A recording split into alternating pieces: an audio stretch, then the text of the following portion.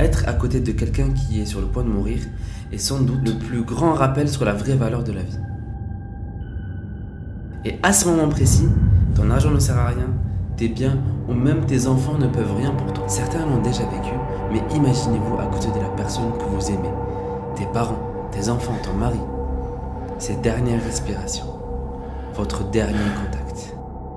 Alors que l'ange de la mort arrive dans votre pièce, leur regard se fixe et regarde dans une seule direction, comme si quelque chose était sur le point d'arriver.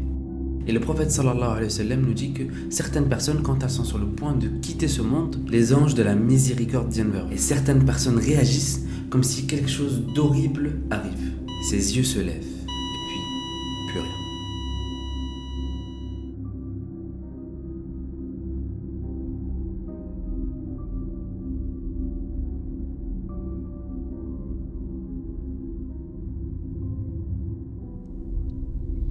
En vérité, quand l'âme quitte le corps, ses yeux suivent son âme.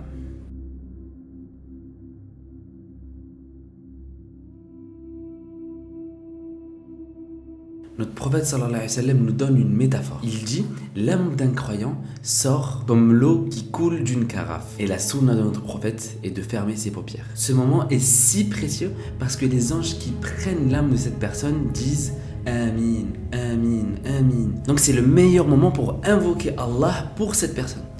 Alors que tu es placé dans ta tombe, tu entends les dernières personnes de ta famille qui parlent. La punition d'Allah arrive par le dessus. La prière apparaît et va dire Ma qibali matral, tu ne passeras pas à travers moi. Donc la prière va garder ta tête. Puis le châtiment vient aussi du côté droit. Et voilà que ton siyam, ton jeûne, se dresse et te protège. Ma qibali matral, tu ne passeras pas à travers moi. Et par ta gauche, ta zakat se dresse. Ma qibali matral, tu ne passeras pas à travers moi. Et à tes pieds, ta sadaqa, ta sila, ta bonté envers ta famille, ta sincérité, ton bon comportement, tout ça se mettra autour de toi pour te protéger. Ma qibali matral, tu ne passeras pas à travers moi. Le soleil va t'apparaître comme s'il était sur le point de se coucher. C'est presque Maghrib. Et le croyant qui se relève à une heure pareille, la première chose qu'il va se dire c'est est-ce que j'ai fait ma prière? Et d'un coup tu entendras une voix qui te dira assis-toi. Donc tu t'assois. Et deux anges vont apparaître devant le défunt. Je ne vais pas m'attarder sur leur description physique, mais notre prophète qui lui avait l'habitude de voir des créatures terrifiantes, comme par exemple des djinns ou même des créatures de l'enfer, il va quand même décrire ces anges-là comme étant terrifiants. Et ils te diront, assis-toi. Et le croyant va leur demander, laissez-moi prier. Parce que je rappelle, ils pensent que c'est l'heure de salat de Maghrib. Les anges vont lui dire, on va te laisser, mais d'abord, tu dois répondre à nos questions. Men Rabbuk, qui est ton Seigneur? Ma dinuk, quelle est ta religion? Men Nabiyyuk, qui est ton prophète? Et à ce moment-là, la seule manière pour toi de savoir qui est ton Seigneur, c'est si tu avais l'habitude de l'adorer. La seule façon de dire quelle est ta religion, c'est si tu la pratiquais. Et la seule manière de répondre qui est ton prophète, c'est si tu le suivais. Et si tu réponds juste, une voix s'élance dans les cieux qui dit Sadaqa abdi. Et aussi un hadith où les deux anges de la tombe, qui à la base étaient terrifiants, ils vont dire on savait que tu allais dire ça, on savait que tu allais répondre juste. Et la récompense d'Allah arrive. Allah Azza wa Jal appelle. Habillez-le avec les habits du paradis. Ouvrez-lui une porte vers le paradis pour que son parfum parvienne dans sa tombe. Et à ce moment, ta tombe est agrandie, aussi loin que ton regard peut voir. Alors que tu es allongé avec ces magnifiques vêtements que Dieu t'a donnés, avec une fenêtre qui donne sur ta place au paradis. C'est comme si tu y étais. Un visiteur vient te voir. Et il a un magnifique visage. Abshir billadhi yasurruk. Une très bonne nouvelle qui t'apportera la joie. Hada yawmuka alladhi kunta tu'ad. C'est le jour qui t'a été promis. Et le défunt va dire Man ant, qui es-tu?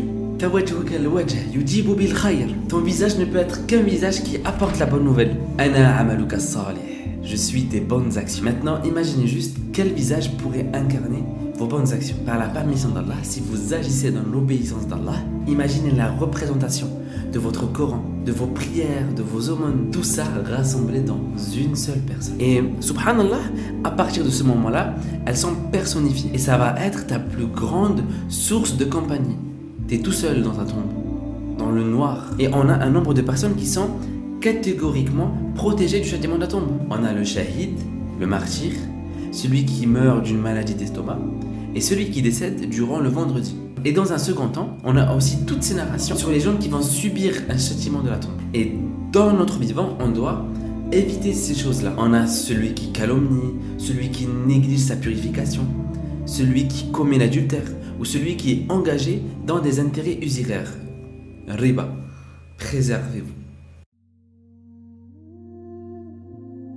J'aimerais qu'on revienne sur la fenêtre auquel j'ai parlé tout à l'heure. Le prophète sallallahu alayhi wa sallam dit, lorsqu'une personne est décédée, on lui montre sa place définitive, matin et soir. On lui dira constamment, c'est là où tu vas aller. Et de la même manière, s'il est des gens de l'enfer, on lui dira aussi, c'est là où tu vas aller. Mais ce qui est intriguant dans cette narration, c'est que peu importe où il va aller, on va lui montrer un endroit. Et on va lui dire,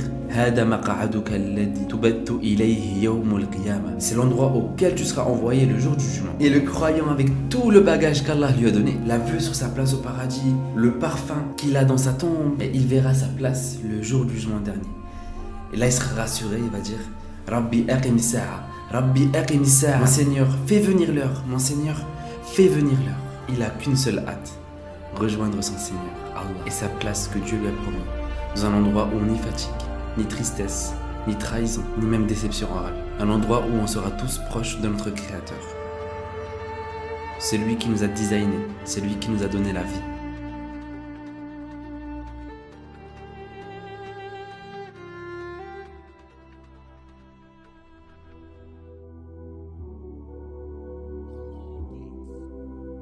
Et j'aimerais terminer avec un hadith authentique qui m'a touché. Quand un croyant décède, les âmes croyantes l'accueillent. فَلَهُمْ أَشَدَّ فَرْحًا مِنْ أَحَدِكُمْ بِغِيبِهِ. Ils sont encore plus contents de te voir que tes proches perdus depuis bien longtemps. Vous voyez ce sentiment quand vous n'avez pas vu quelqu'un depuis longtemps et vous allez vers lui pour lui donner un gros câlin. La joie et l'excitement que ça vous procure. Alors imaginez vos mères, vos pères, vos familles qui vous reçoivent et commencent à demander qu'est-ce qu'a fait un tel et un tel. D'autres vont dire laissez-le, il vient juste d'arriver de l'étouffement de la vie. Et le jour de notre mort arrivera. Et sachez que certaines personnes seront reçues par le prophète sallallahu alayhi wa sallam. Ceux qui en aiment et qui en a perdu nous attendront. Et ils diront Ahlan wa sahlan, bienvenue dans une nouvelle vie. Et c'est un des plus grands conforts que Allah azza wa jalla nous donnera. J'aimerais que vous levez vos mains avec moi et qu'on fasse un dua ensemble. Je demande à Allah azza wa jalla de nous faire vivre la vie qui lui convient, qui nous rend capable de surmonter n'importe quel obstacle ou test qui met dans notre vie. Qu'Allah nous permet de surmonter nos plaisirs, qui nous permet de vivre une vie de ihsan, d'excellence. Et que la première personne qui nous recevra parmi les âmes croyantes sera celle du prophète sallallahu alayhi wa sallam, ainsi que celle de nos proches et de nos familles. Allahumma amin. Walhamdulillahi rabbil alamin. Assalamu alaikum.